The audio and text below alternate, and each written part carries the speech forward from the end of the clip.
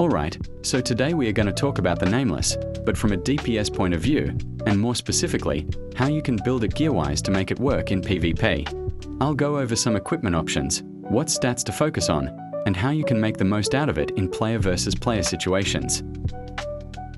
Quick heads up before we dive in. Most of my gear focuses on crit and physical damage boosts since I'm still building up other stats. So make sure to balance your build based on what your character needs. Also, the Nameless isn't your typical hero class, it's auto-attack based, which means it relies a lot on your adventure handbook deposits and damage percent stats, something most new players might not have right away. I'm using a Stormy Night Star card for some crowd control. Since Nameless struggles against groups, freezing enemies helps me focus on my main target. And I've got a Zeltrish card to boost penetration, cause most endgame players have really high defense. I usually run this build for regular PvP, but for GVG, I switch to some seasonal guild gear for extra survivability. GVG is packed with players, and I'm more likely to get ganked by groups, so I need to tank a bit more.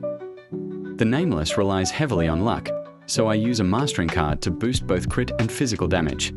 I don't need agility gear or buffs since my attack speed's already maxed at 480, so I can focus fully on damage stats.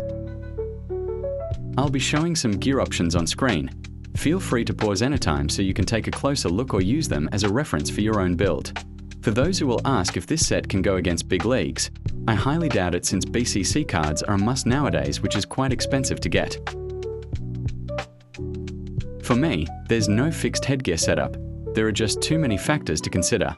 It's best to mix and match what you have to see what works best. Don't be afraid to test it out with a friend or in the yo-yo arena. When it comes to my shadow equipment, I went with a general damage focus setup.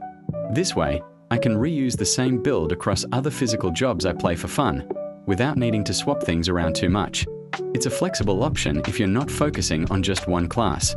This character on damage build would probably be a bit on the expensive side to fully be able to one-shot a lot of players. So how about we try to pick off in the arena to check where this build can take us?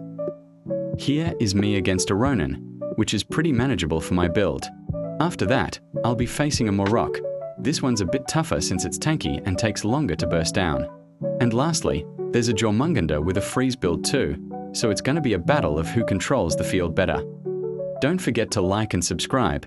I'll do my best to keep bringing you more content like this. Thanks so much for watching, and I'll see you in the next one.